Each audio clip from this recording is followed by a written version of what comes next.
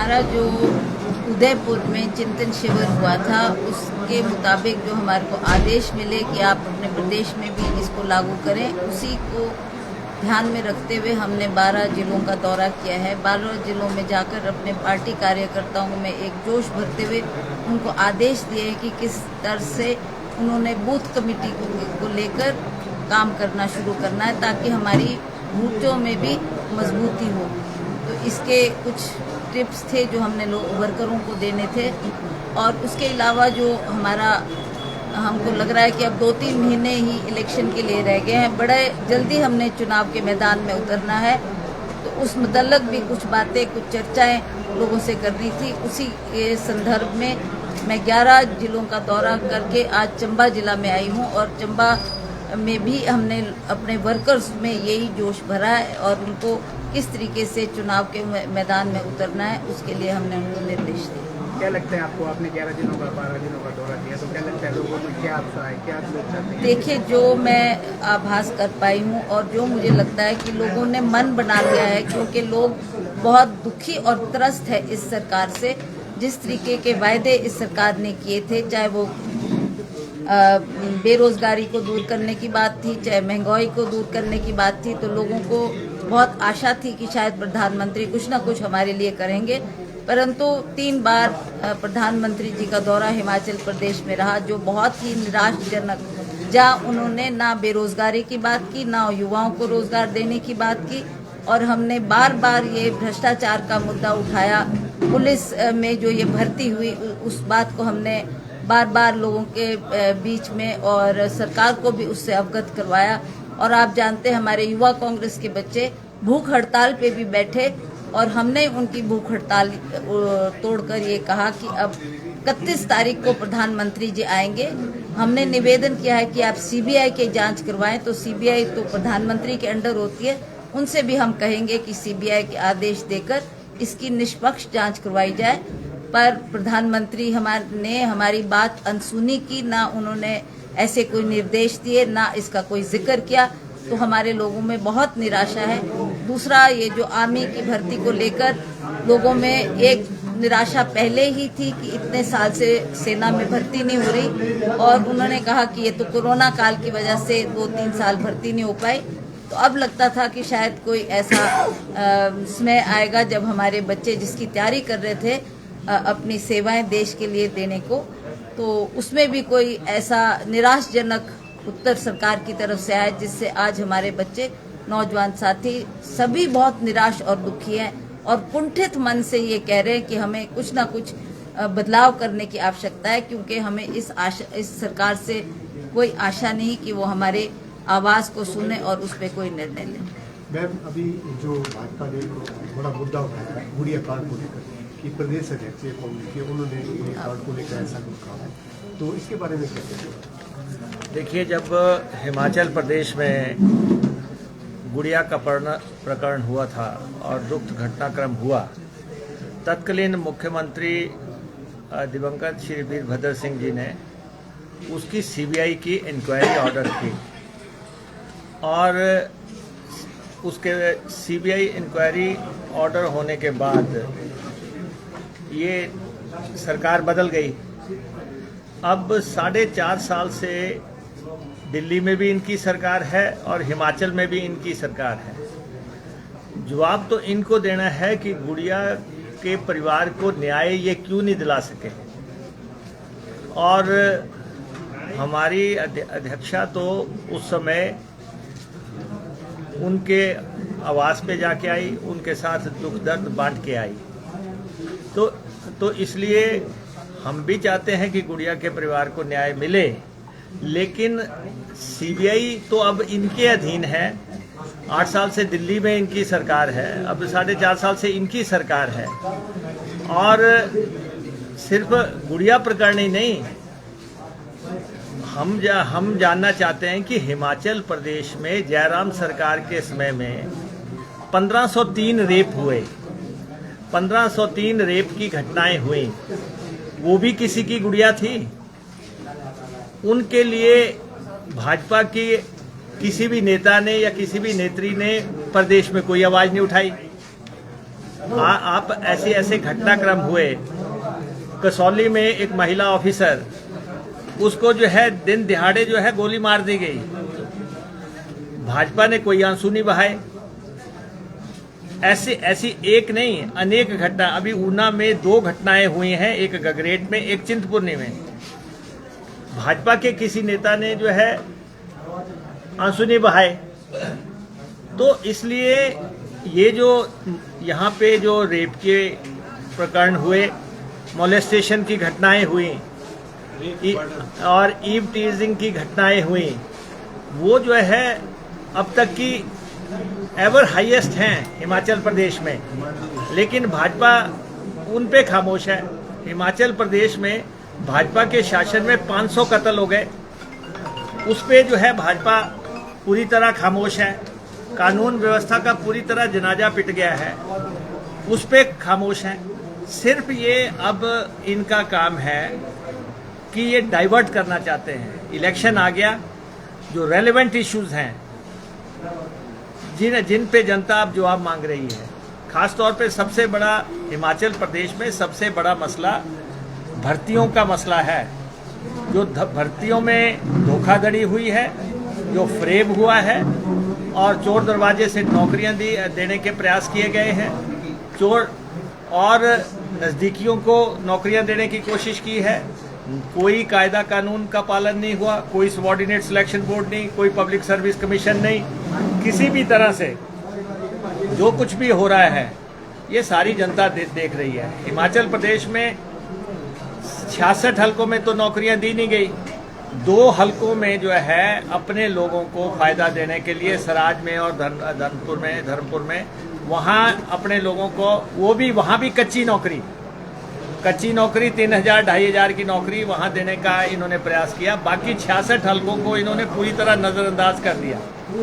भर्तियों का इस पैमाने का घोटाला फर्स्ट टाइम अगर हुआ है तो वो जयराम सरकार के समय में हुआ, जबकि पुलिस भर्ती में बेईमानी हुई। इन 2 लाख लोगों ने कांस्टेबल बनने की ठानी, 75,000 लोगों ने पेपर दिया, 25,000 लोग क्वालिफाई कर गए और उसके बाद पता लगा कि पर्चा लीक हो गया। पर्चा लीक नहीं हुआ, पर्चा तो नीलाम हुआ, क्योंकि अब इन्होंने, जयराम जी ने इंक्वायरी सीबीआई को दे दी। जयराम जी बताएंगे कि सीबीआई क्यों नहीं आई। हिमाचल प्रदेश में पुलिस भर्ती घोटाले की जांच के लिए सीबीआई क्यों नहीं आई, एक बात। दूसरा ये है कि ये कहते हैं हम डबल इंजन की सरकार है। यहाँ से आप सीबीआई इंक्वायरी ऑर्डर करते हैं, दिल्ली वालों को कहते हैं कि आपने आने नहीं देनी सीबीआई। कोई तो वैलिड रीजन होगा कि भर्ती प्रकरण में जो है सीबीआई हिमाचल नहीं आई। ये वो उन कागजात को ओपन करें जो इन्होंने सीबीआई को लिखे कि आप आके जांच करें। और इनका काम जो है सीबीआई जांच कराने से जल्दी ये चाहते थे कि किसी भी ढंग से हम दोबारा पर्चा करा दें। हश मैनर में ये कोशिश कर रहे थे। और वे अब इनको ये बताना पड़ेगा कि 6,000 लोग जिन्होंने पिछली बार पेपर दिया था अब नहीं दिया। What were the compelling circumstances कि उन लोगों ने पेपर नहीं दिया। तो इसलिए पर्चा जो है 2020 में नीलाम हुआ, पर्चा 2022 में नीलाम हो गया। 20 का भी आप देखते हैं परौर में पर्चा हुआ था पुलिस का, और वहां भी अंदर जो है मशीनें लगा के बैठे थे, बाहर सॉल्वर बैठे हुए थे, तब भी पैसे पकड़े गए, लोग पकड़े गए। जूनियर ऑफिस असिस्टेंट का पर्चा था, 20,000 लोगों ने पर्चा दिया, पर्चा लीक हो गया। उसके बाद हिमाचल प्रदेश यूनिवर्सिटी के जो पर्चे हुए वो लीक हो गए। आधे पर्चे जो है अदालतों में उनकी वो चल रही है, सुनवाई चल रही है कि हिमाचल प्रदेश के पर्चे कैसे लीक हुए। आपको मैं बताता हूं कि देखिए, हिमाचल प्रदेश में व्यवस्था से ही लोगों का विश्वास उठ गया, भर्ती प्रक्रिया की व्यवस्था से। और सबसे इम्पोर्टेंट, मुख्यमंत्री के दफ्तर में काम कर रहे, मुख्यमंत्री के ऑफिस में काम कर रहे लोगों को सबॉर्डिनेट सिलेक्शन कमीशन के ऑफिस में पर्चा दिया, मुख्यमंत्री कार्यालय के लोगों ने अलग कमरे में बैठ के पर्चा दिया। ये क्या व्यवस्थाएं हैं? क्या उनको ऐसा अधिकार है? किस कानून के तहत उनको ये अधिकार मिला कि वो लोग जो है अलग कमरे में बैठ के पर्चा कोई दे रहा है? और ये भी पिटीशन हाई कोर्ट में दोषपूर्ण है और इसीलिए हम आपको ये कह रहे हैं कि हम जो है 2-3 चीज़ों के लिए बिल्कुल कमिटेड है। एक तो ये कि भर्ती की प्रक्रिया का पूरा सेटअप बदल देंगे और भर्ती जो है मेरिट पे होगी, भर्ती पात्र की होगी और जितनी मैक्सिमम हो सकती होगी वो हम करेंगे। दूसरा, चोर दरवाजा जो है बिल्कुल बंद किया जाएगा। ये जो बैक डोर एंट्रीज हैं, ये भाई भतीजावाद है कि अपने परिवारों के लोगों को नौकरियां देना, अपने नज़दीकियों को नौकरियां देना चोर दरवाजे से, ये सारा नौकरियों का अंडर स्कैनर है। और मैं ये एक बात जरूर कहना चाहता हूँ, ये पुलिस की भर्ती का जो मसला है, सरकार बदलेगी, हम पुलिस की भर्ती की जांच करवाएंगे और ये हम, क्योंकि ये बहुत बड़ा मसला है, इन्होंने सीबीआई को सौंप के उसके बावजूद नहीं करवाई, इसलिए अब इनको परेशानी क्या है, एक महिला अध्यक्ष बन गई, महिला सम्मेलन हमारे हुए हैं, जिस ढंग से लोग हमारे जनसभाओं में आ रहे हैं, कहीं भी कोई, अब इनकी तो मोदी जी की जनसभा फेल हो गई थी धर्मशाला में, हमारे यहाँ पे जो है हजारों लोग आ रहे हैं। तो जो सत्ता परिवर्तन है उसने इनकी बखलाहट भी आ गई और इनकी भाषा भी बिगड़ गई। इनके सब लोग नेता देखो किस भाषा में बात कर रहे हैं, मुख्यमंत्री भी तू तड़ाक से बात कर रहे हैं, इनके मंत्री भी तू तड़ाक से बात कर रहे हैं, इनके चेयरमैनों की भी भाषा बदल गई। आप देखते हैं कि किस ढंग से वो कह रहे हैं कि जी हम आपको जमीन में गाड़ देंगे, कोई कह रहा है कि हम किसी को काट देंगे, कोई कह रहा है, कोई कुछ कह रहा है। तो ये जो सारा जो मसला है, ये जब अंत में दिया बुझने लगता है तो वो फड़फड़ाता है। ये फड़फड़ाहट है, इसलिए झूठे आरोप कहीं भी आपको असर नहीं करेंगे। जो हिमाचल प्रदेश में होना है वो हो रहा है। हिमाचल प्रदेश में जयराम सरकार का जाना तय है और उनको जाना है। वो जो रिवाज की बात कर रहे हैं कि जी इस बार रिवाज होगा कि भाजपा सरकार के बाद फिर सरकार, वो भूल जाए और दिल बहलाने के लिए गालिब ख्याल अच्छा है, नहीं तो और 3 महीने तक अपना दिल बहला सकते हैं, अन्यथा सरकार आ रही है और हम बिल्कुल 2/3 मेजॉरिटी से गवर्नमेंट आ रही है कांग्रेस की, और पूरे हिंदुस्तान की कांग्रेस के लिए ये एक नई शुरुआत होगी हिमाचल प्रदेश में जो होने जा रहा है। 2 बातें आप देख रहे हैं, वीरभद्र सिंह जी के का जो पूरे जो विकास का मॉडल था उसकी चर्चा पूरे प्रदेश में है। जहाँ जहाँ भी हम जा रहे हैं वीरभद्र सिंह जी की को लोग याद कर रहे हैं और आप देख रहे हैं वो पूरी तरह जीवंत हैं। वो पूरी तरह आपके जब भी आप कार्यक्रमों में जाते हैं वो सामने आपके आ जाते हैं। और उसके बाद जो है दूसरा, ये सरकार नॉन परफॉर्मेंस है की सरकार है। इनकी आंसर शीट खाली है, इनका आंसर शीट जो है खाली है, उसमें कुछ भी नहीं लिखा है इन्होंने 4.5-5 साल के दौरान, इसलिए इनको मार्क्स कहाँ से मिले। ये कहते हैं शिखर पर हिमाचल, हम आपको कहते हैं कि सिफर पे हिमाचल। इन्होंने ये कर दिया, हिमाचल प्रदेश का ये हाल बना दिया। तो इसलिए जो है ये जिस तरीके से कांग्रेस की लीडरशिप पे वार कर रहे हैं, इसका कोई फायदा नहीं होगा, उल्टा जनता के बीच में ये हास्य के पात्र बन रहे हैं। सर, आपका जो ये पीछे बयान आया था कि काले झंडे दिखाए तो जमीन में गाड़ देंगे, उसमें आपको भी लपेटा गया, इस बारे में आपका क्या मतलब, इसमें थोड़ा क्लियर करेंगे इस बात को, या आपका क्या रिएक्शन है? नहीं, देखिए हमारा तो एक ही रिएक्शन है। मैं आपको कह रहा हूँ कि ये बौखला गए हैं। जब मैं आपको यहाँ बता रहा हूँ कि हमारे काफिले को देख के एक सिपाही हंस रहा है, खूब खुश हो रहा है, एक महिला जो है वो जो है 6ठी मंजिल से हाथ हिला रही है, वो सब संकेत आ रहे हैं। ये संकेत मिल रहे जगह, दुकानदार बाहर आके अगर हाथ जोड़ रहे हैं तो सब ये बात स्पष्ट हो रही है कि परिवर्तन की हवा चल पड़ी है। हर आदमी उसमें शरीक होना चाहता है। तो इसलिए जो है इनकी बुनियाद हिल गई।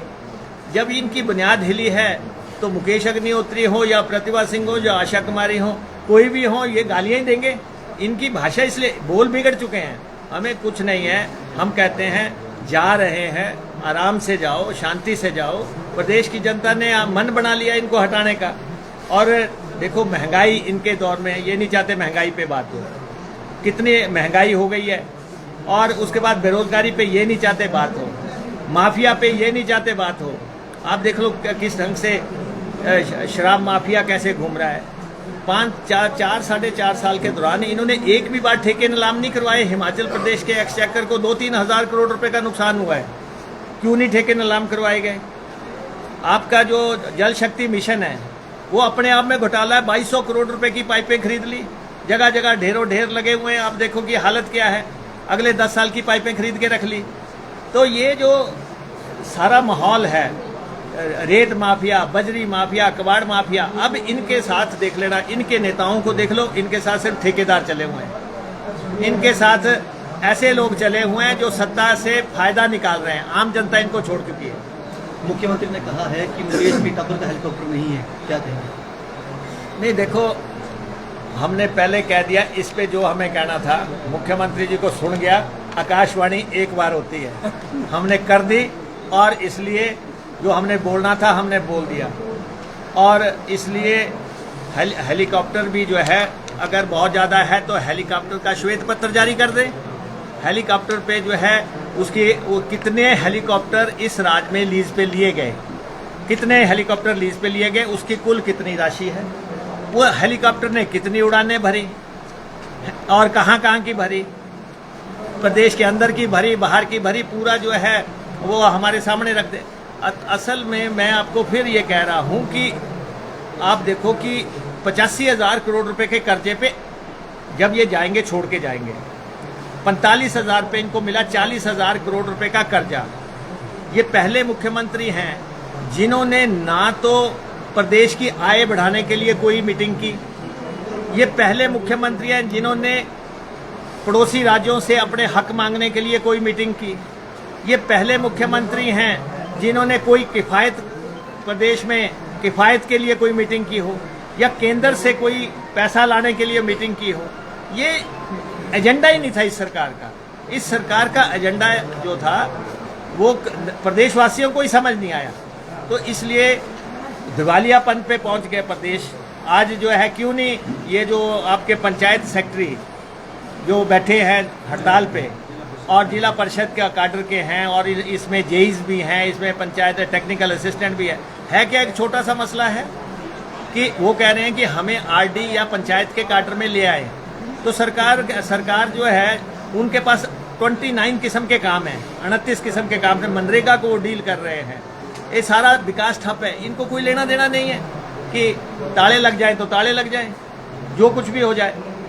हम लोग कमिटेड है एक बात के लिए, सबसे इम्पोर्टेंट बात है हिमाचल प्रदेश में कर्मचारियों के लिए, और बेरोजगारों के लिए हम पक्की नौकरी देंगे, पेंशनेबल नौकरी देंगे, जो मर्जी हो जाए। बिल्कुल सिस्टम जो है वो ओपीएस लागू करेंगे हम, और पेंशनेबल नौकरी हम देंगे। जिनको भी भर्ती करेंगे आउटसोर्स पे, जो भर्ती का पैटर्न है जिसमें कि बचौलिया है, बचौलिया हम हटाएंगे, हर हालत में बचौलिया हटाएंगे, और मेरिट पे नौकरी देंगे, और थोक में नौकरी देंगे। लेकिन मैडम प्रतिभा सिंह इलेक्शन लड़ने वाली है कि नहीं? अभी तो मैं एमपी का इलेक्शन लड़के हटी हूँ। विधानसभा चुनाव लड़ेंगी कि नहीं? क्यों लड़ूंगी? अभी एमपी का इलेक्शन मैंने लड़ाया, उसको जीत के आई हूँ। अभी तो 68, नहीं गुस्सा नहीं आ रहा, but you asking me will you fight election? लड़ेंगे हाँ या नहीं। सर, मानसून सत्र में कितनी तैयार है कांग्रेस? क्योंकि जब भी प्रतिपक्ष ने जब भी किसी भी बात को उठाया है, मुख्यमंत्री ने हर बार आप पे कड़ी प्रतिक्रिया व्यक्त की है। जो मानसून सत्र आएगा, कांग्रेस कितनी तैयार है? क्योंकि देखिए, मानसून सत्र आ रहा है, मानसून सत्र जयराम सरकार का अंतिम सत्र होगा, और उस सत्र में ये आए, और चाहे किसी भी सोच से आए, हम हर चीज़ के लिए जो प्रदेश के रेलेवेंट इश्यूज़ है वो हम उठाते रहे हैं, अंतिम सत्र में भी उठाएंगे, और क्योंकि जनता ने हमें जिम्मेवारी सौंपी है, और उन मुद्दों को उठाने से हमें कोई नहीं रोक सकता। ये ना हमें कोई डरा सकता है, ना कोई हमें धमका सकता है। जो इनकी भाषा बदली हुई है इस समय, टोन एंड टर्नर आप जो प्रदेश के पूरी सरकार के सुन रहे हैं, वो इसीलिए है कि बौखलाहट है। आजकल फर्जी घोषणाएं हो रही हैं। मैं आपसे आग्रह करना चाहता हूँ, ये अब जो 2 महीने 2.5 महीने हैं, ये सब झूठी घोषणाएं हैं, जाति सरकार की घोषणाएं हैं। इनमें से कुछ भी इम्प्लीमेंट होने वाला नहीं है। मैंने इनको कहा कि अगर आपने कोई काम करना है, शिमला के रिज मैदान पे, शिमला के वहाँ पे एक टॉयलेट टूटा हुआ है 3-4 महीने से, लोगों को बड़ी परेशानी है, उसको बनवा सकते हो तो 3 महीने में बनवा दो। बाकी आपके पास बाकी कुछ नहीं हो सकता आपसे। अब समय निकल गया है, तो समय निकल गया। हर चीज देखो, हर सरकार की जिम्मेवारी होती है कि अपने समय में काम शुरू करो, अपने समय में समाप्त करो। अब कर रहे हैं घोषणाएं कि हम ये कर देंगे, फलां कर देंगे। सर 50% आधी आबादी का किराया माफ, और उसमें भी मतलब क्राइटेरिया फिक्स किया है, इतने दूर के रूट सब मतलब इसकी कोई सुविधा नहीं है, तो इस पर क्या करेंगे? तो ये देखो जा रहे हैं ना, जाते समय कह रहे हैं कि कुछ भी हमारे से बुलवा लो। इन्होंने कुछ लागू तो करना नहीं है। अगर इनकी नीयत साफ होती तो ये प्रदेश के बाहर भी महिला को कहते हैं कि आप प्रदेश के भीतर सिर्फ आपसे किराया लेंगे। वाई नॉट टू, जो गाड़ी जहाँ तक जाती है, अगर दिल्ली तक चंबा से शिमला जाना को उसका किराया लगेगा, तो क्यों नहीं? जो लॉन्ग रूट की बसेज हैं, या आप दिल्ली जा रहे हैं, आप प्रदेश से बाहर जा रहे हैं, तो ऐसा है। मैं अब ये सारा जो है, अब जाति बाहर के मेले हैं, इनको समझ आ गया, इनको सब पता है कि जाने का समय है। खुद मुख्यमंत्री जी गाना गा रहे हैं, बाबुल की दुआएं लेते जा तुझे सुखी संसार मिले। अब उनको खुद गा रहे हैं, तो आप बताओ कि क्या कह रहे हैं? उनको दुआएं दो, प्रेस वाले भी दो, लोग भी दें सारे, कि भाई आप जा रहे हैं। सुखी संसार तो आपको बोला नहीं, देखो, जाने वाले तो वो हैं, तो जब गा रहे हैं बाबुल की दुआएं लेते जा, कौन लेता है? जब जा रहा होता है, तो जाने वाला कौन है? तो इसलिए वो हैं, उनको जाना है। Thank you very much sir. Mohammad Azmuddin sir, खबर पास कर। मेरा एक सवाल है कि भाजपा की जो तैयारियां हैं, प्रचार प्रसार काफी ज्यादा बढ़ रहे हैं, बूथ स्तर पर उनकी टीमें गठित हो रही है, लेकिन कांग्रेस का ऐसा कुछ देखने को नहीं मिल रहा। मैं करूँ उसको, ये बिल्कुल गलत है आपका स्टेटमेंट। और कांग्रेस हर बूथ पर संगठित भी हो चुकी है, हमारी कमेटी बन भी चुकी है 100%। और अभी हमारे सेक्रेटरी संजय सर जी आए थे, बूथ कमेटियों की मीटिंग भी होगी। आपका जो कथन है ये गलत है, तो अब इसको चुनाव में मुख्य नहीं। देखिए, ये जो सवाल कर रहे हैं, इनको मैं ये कहना चाहता हूँ, इन्होंने बना दिए त्रिदेव। ये तो भोलेनाथ की नगरी है आपकी, 84 भोलेनाथ के मंदिर हैं यहाँ पे। अब हमने अब तक सुना था महादेव के मंदिर होते हैं।